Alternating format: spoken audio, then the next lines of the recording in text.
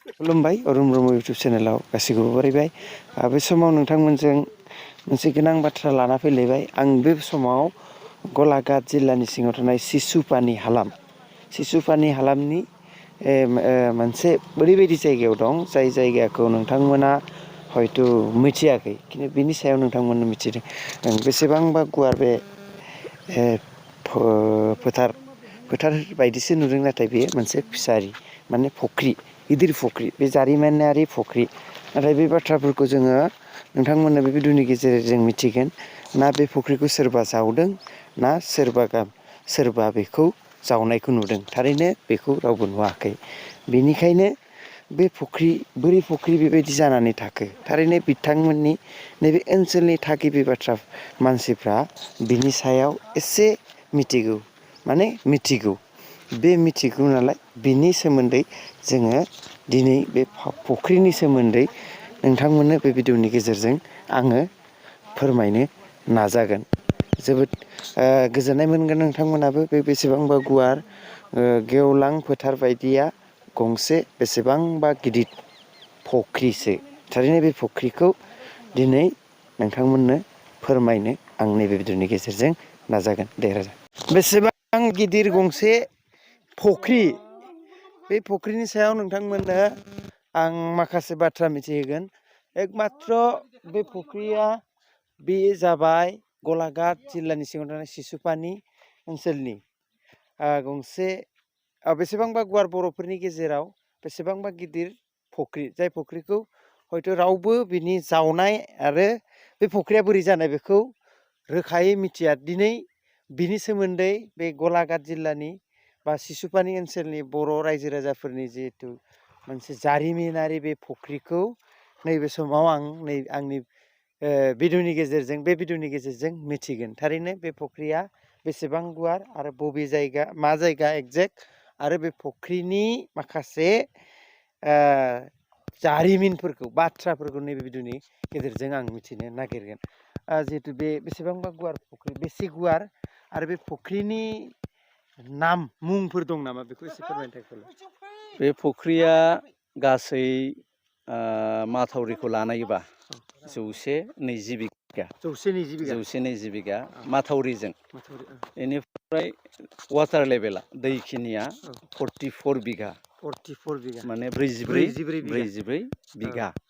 दा बे फुख्रिनि सोमोन्दै जोङो बुंनो थाङोबा एक्जेक्ट गलाघाटनि जिल्लानि सिङाव थानाय सिसुपानि गामि पन्सायत एबा आसाम नागालेण्ड एसे सिमा खाथियावनो जायो। बियो फुख्रिनि नामखौ ओरैनो रायजोफ्रा बिष्णु बिजय फुख्रि होननानै बुङो आरो। बिष्णु बिजय फुख्रि। ओरैनो बे फुख्रिनि जिथु जावनाय सन बा बे फुख्रिया मालानिफ्राय दं बेखौ फोरमायनो हागोन? ओरैनो एक्जेक्ट बेखौ जोंबो बुंनो हाया, खिन्थु माखासे मानसिफ्रा गुबुना गुबुनै लिरदों फुख्रिनि सोमोन्दै। माखासेया बुंनाय मथे 13 सेन्सुरियाव बर' राजानि दिननि बे फुख्रिया, आरो फुख्रिखौ जावनाय स्ट्राक्सारखौ नायोबा बर' राजानि होननानै आर्किअलजिस्टफ्रा बुङो आरोखि। खारन आहम राजाफ्रा फुख्रिखौ जावोबा बाहेरानिफ्राय जावनानै सारन्दिं माथावरि खालामो, खिन्थु जोंनिया बर'निया फुख्रिखौ जावथारनानै बाहेरायाव लांनानै माथावरि खोयो। बे मोनसे फाराग, आरो बेखौ नायनानै बर' राजानि होननानै फाइनेल खालामदों आरो बे फुख्रिखौ आरो ना। ओरैनो बेयाव दा बे सोरबा बेक्तिगत जानानै दंना सोरनिबा रायजोनि जानानै दं? ओरैनो बे फुख्रिया दासान्दि सिसुपानि आन्सलिक कमिटि दुलाराय बर' फरायसा आफादनि, खिन्थु सिसुपानि आन्सलिक दुलाराय बर' फरायसा आफादनिफ्राय लानानै जों मोनसे सेल्फ हेल्प ग्रुप, 9 जनिया मोनसे ग्रुप, जोङो 2013निफ्राय बे फुख्रिखौ गोबां हाग्राजों बुंफबनाय, बेखौ साफा खालामनो आराम्भ खालामो। ओमफ्राय साफा खालामनानै मथा मथि क्लियार जादों। बेनिफ्राय बेयाव नाबो जोङो फिबाय, खिन्थु थांनाय 3 बोसोर बेयाव गलाघाटआव जिहेथु अखा गैया, आरो बे फुख्रियाव जिहेथु दै सोनायनि बेबस्था गैया, बेनि थाखाय दै जायैखाय जोङो मोजाङै ना फिसिनो हायाखै। बेनिफ्राय दा एसे फुख्रिया हाग्रा बायदि जानानै दङ। खिन्थु बै 9 जनिया ग्रुपआ गोबां खस्थ' खालामनायनि गेजेरजों बे फुख्रिखौ साफा खालामदों। जोङो सिसुपाने आनसलिक कमिटि दुलाराय बर' फरायसा आफादनो बिथांमोननिफ्राय 10 बोसोरनि थाखाय जों लिजाव लादों आरो बे फुख्रिखौ बे फुख्रिखौ मोनसे मा होनदोंमोन बेखौ नयजनिया मोनसे सेल्फ हेल्प ग्रुपआ ओरैनो बेयाव नोंथांमोना जे ना फिसिबाय दङ ओरैनो बेयाव दा ओरैनो नाजों फिसिनानै माखासे रां आरजिनाय लाब खालामनो हादों। सिगांथ' एसे आरजिनो हादोंमोन, खिन्थु बेयाव माखासे प्रब्लेम दङ फुख्रियाव। जेरै साराउन्डिं फुख्रिया 44 बिगा, गेजेर गेजेर बिराद दंफां मुरा दङ।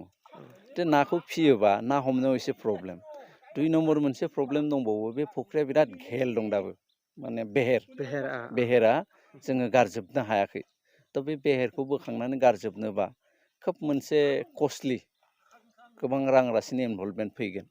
आरो फुख्रियाव जिहेतु नोङो 5 फुट 6 फुट 5 फुट 6 फुटजोंनो मोनफा मुरा दङ। ना हमनायावबो एसे प्रब्लेम जायो। बेनिफ्राय आं दहाय होननाय बायदि थांनाय 3 बोसोर जिहेतु बेयाव दै जायाखै, माने दैया एसे दङ, खिन्थु ना फिजानाय रोखोम माने नोङो 4 फुट 5 फुट जिहेतु दै थानांगौ, आरो जिहेतु फुख्रिया घेल दङ, ओंखायनो ना फिनायाव एसे उसुबिदा जादों।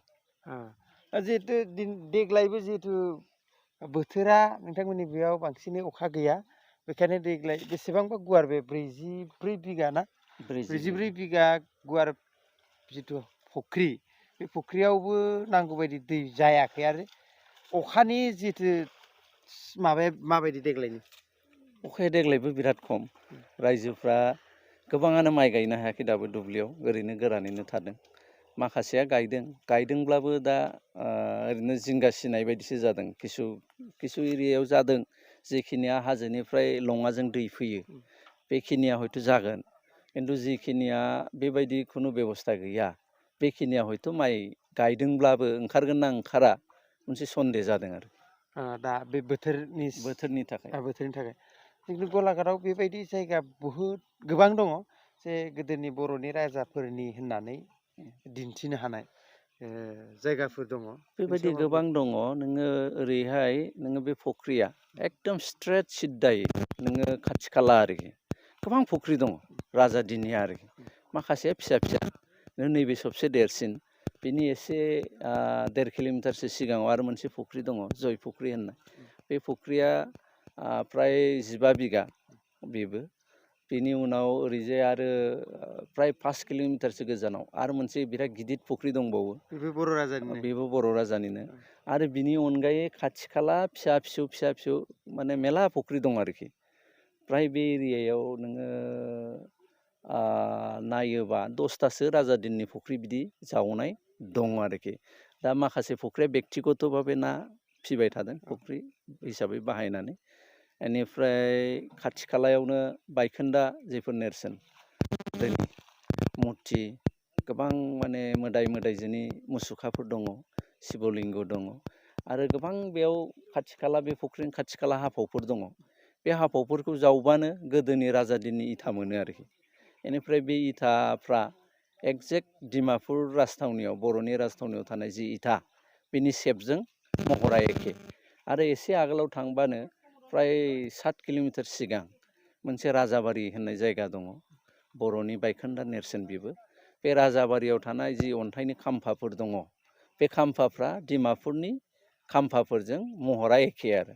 थ' बेफोरखौ गासिबखौबो नायोबा, आरो बेखौ आर्किअलजिस्ट डिपार्टमेन्टआ 13 सेन्सुरिनि होननानै बिथांमोनहा बुंदों, आरो बियो बर' राजानिमोन होननानै बिथांमोनहा बुंदों आरो।